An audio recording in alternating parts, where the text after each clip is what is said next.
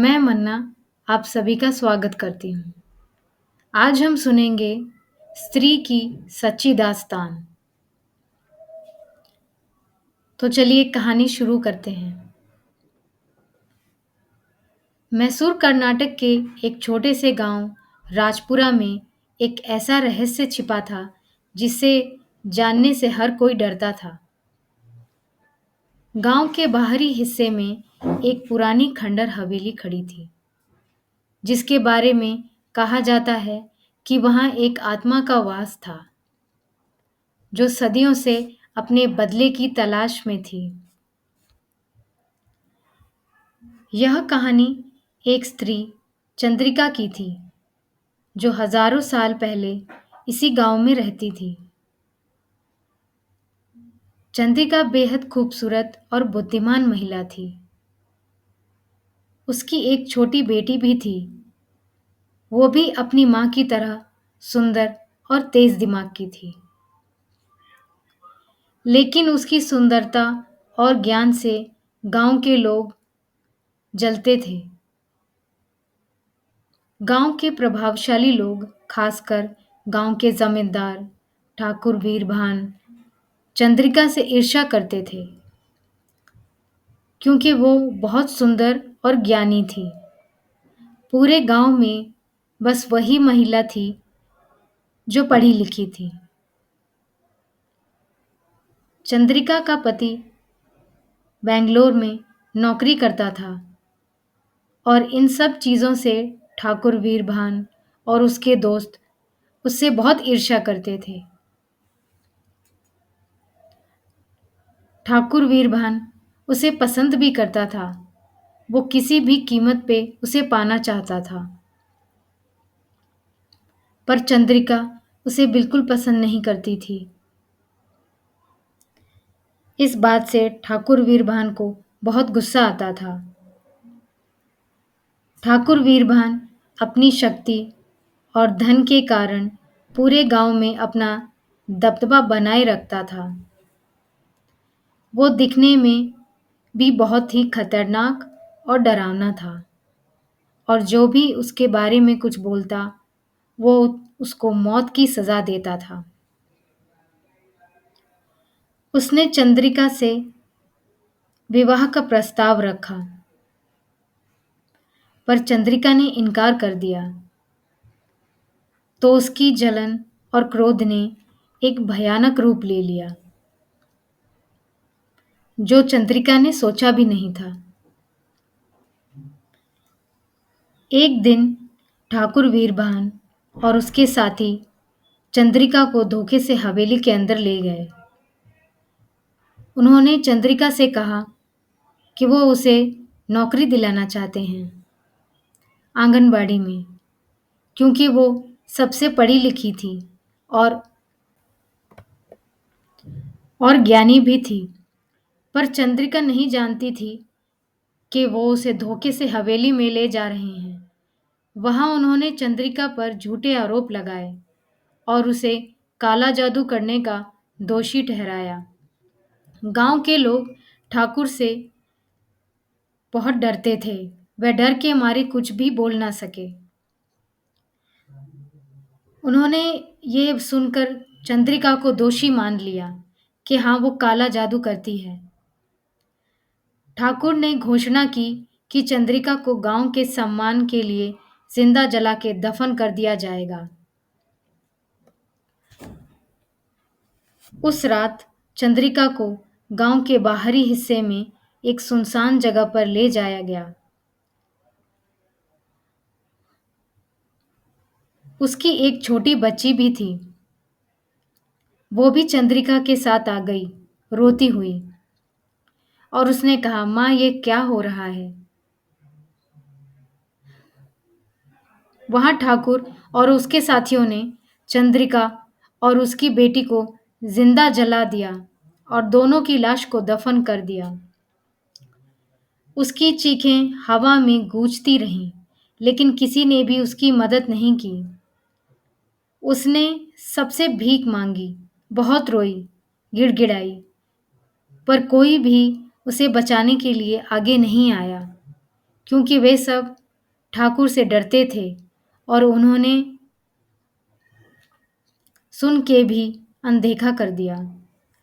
और ठाकुर और उसके दोस्तों ने उसकी और उसकी बेटी का शरीर मिट्टी में दबा दिया।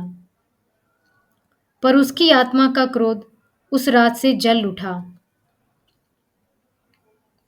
वर्षों बीत गए और चंद्रिका की मौत को लोग धीरे धीरे भूलने लगे, लेकिन चंद्रिका की आत्मा को शांति नहीं मिली थी।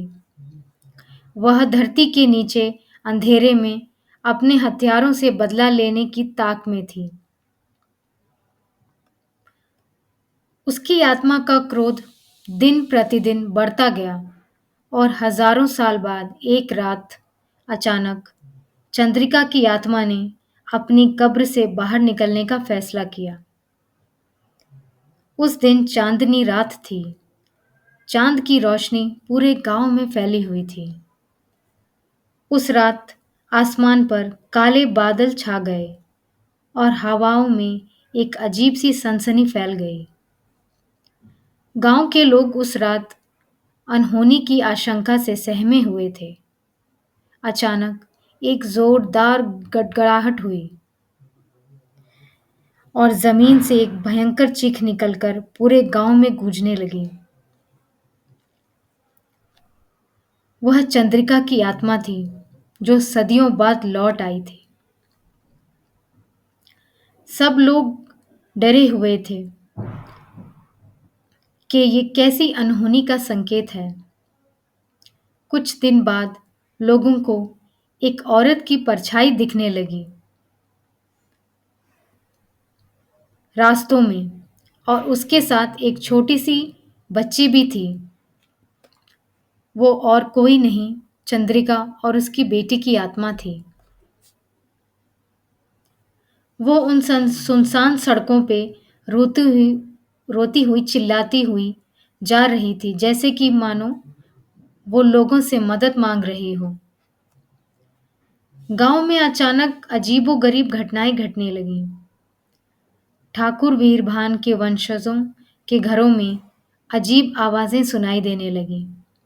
लोग बताते थे कि रात के समय हवेली से एक स्त्री के रोने की आवाजें आती थीं। कई लोगों ने दावा किया कि उन्होंने सफेद साड़ी में लिपटी एक स्त्री को हवेली के खंडर में भटकते हुए देखा। धीरे धीरे गांव में खौफ फैलने लगा। ठाकुर वीरभान के वंशज में से एक एक करके लोग अचानक मरने लगे। कोई छत से गिरकर मर जाता, कोई कुएं में डूब जाता, तो किसी की लाश बिना सिर के मिलती। गांव में हाहाकार मच गया। लोग समझ नहीं पा रहे थे कि यह क्या हो रहा है। पूरा गांव डरा हुआ था और लोगों ने घर से ही निकलना बंद कर दिया, क्योंकि वहां रात में एक औरत अपनी छोटी बच्ची के साथ घूमते रहती थी। चंद्रिका बस मर्दों को ही अपना शिकार बनाती थी, क्योंकि उसे वहां के आदमियों ने मिलकर जलाया था और किसी ने भी उसका साथ नहीं दिया। इस डर से लोगों ने अपने घरों पर ओ स्त्री का लाना लिखना शुरू कर दिया, क्योंकि माना जाता था कि वो ये पढ़ के वापस नहीं आती थी, वहां से अपने दूसरे शिकार पर चली जाती थी। इसी डर से लोगों ने लाल स्याही से अपने अपने घरों पर ओ स्त्री का लाना लिखना शुरू कर दिया। और चंद्रिका मर्दों को अपने साथ उठा के ले जाती थी। उनके रह जाते थे तो सिर्फ कपड़े, और वो लोग कहाँ गायब हो गए ये कोई भी नहीं जानता। वो लोग कभी वापस नहीं आए और ना ही उनका कोई नामो निशान मिला।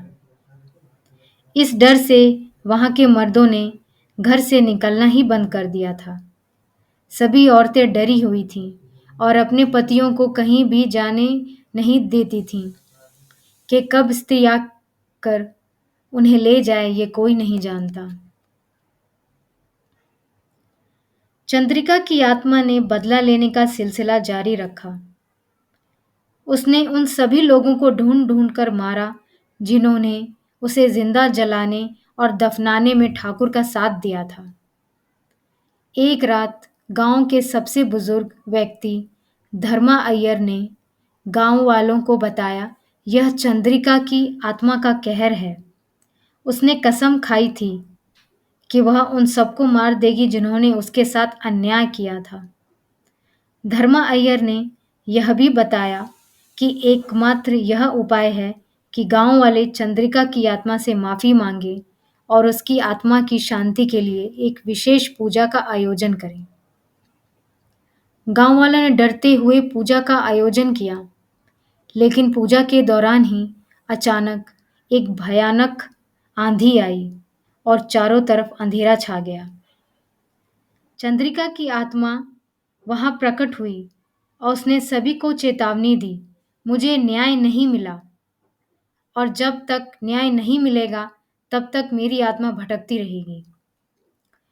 उसके कुछ दिनों बाद चंद्रिका ने उन सभी लोगों को मौत के घाट उतार दिया जिसने ठाकुर वीरभान के साथ मिलकर उसे जलाया था। इस घटना से गांव के सभी लोग डर गए और ठाकुर वीरभान और उसके साथियों की भी रूह कांप गई। तब एक रात ठाकुर वीरभान अपनी हवेली में घूम रहा था।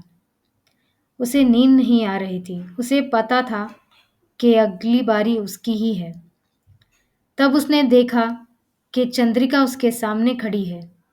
तब ठाकुर वीरभान ने कहा कि आखिर तुम आ ही गई। उसने उससे डरते हुए बोला, मुझे छोड़ दो, मुझसे बहुत बड़ी गलती हो गई। तब चंद्रिका ने गुस्से में बोला कि तूने मुझे जिंदा जलाया था और मेरी छोटी बेटी को भी मार दिया था और हमारी लाश को दफना दिया था, और तू चाहता है कि मैं तुझे छोड़ दूं? इतना कहकर उसने ठाकुर वीरभान को खींचकर हवेली के पास ले गई जहां उसने चंद्रिका और उसकी बेटी को मारा था। चंद्रिका ने एक ही झटके में उसकी गर्दन को तोड़ दिया और ठाकुर वीरभान वहीं तड़प कर मर गया। उसके बाद से चंद्रिका की आत्मा फिर कभी दिखाई नहीं दी। गांव में अजीब घटनाएं भी बंद हो गईं। लोग मानते हैं कि चंद्रिका को अपने हथियारों से बदला मिल गया था और अब उसकी आत्मा को शांति मिल गई थी। लेकिन राजपुरा के लोग आज भी उस खंडर हवेली से दूर रहते हैं। उन्हें विश्वास है कि चंद्रिका की आत्मा वहां अब भी बसती है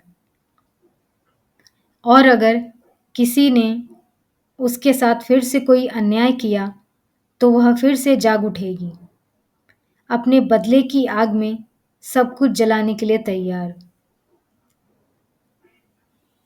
स्त्री की यह सच्ची दास्तान आज भी राजपुरा के लोगों के दिलों में बसती है और हर एक चांदनी रात को लोग उसकी आवाजें सुनने का दावा करते हैं। ये कहानी जो न सिर्फ डरावनी है बल्कि न्याय की वह पुकार है जो सदियों बाद भी गूंजती रहती है और आज भी वहां के लोग अपने दरवाजों पर लिखते हैं, ओ स्त्री कल आना। क्या आप इस गांव में जाना चाहेंगे? कमेंट करके ज़रूर बताएं। अगर आप लोगों को ये स्टोरी पसंद आई हो तो इसे लाइक, शेयर और सब्सक्राइब ज़रूर करें। धन्यवाद।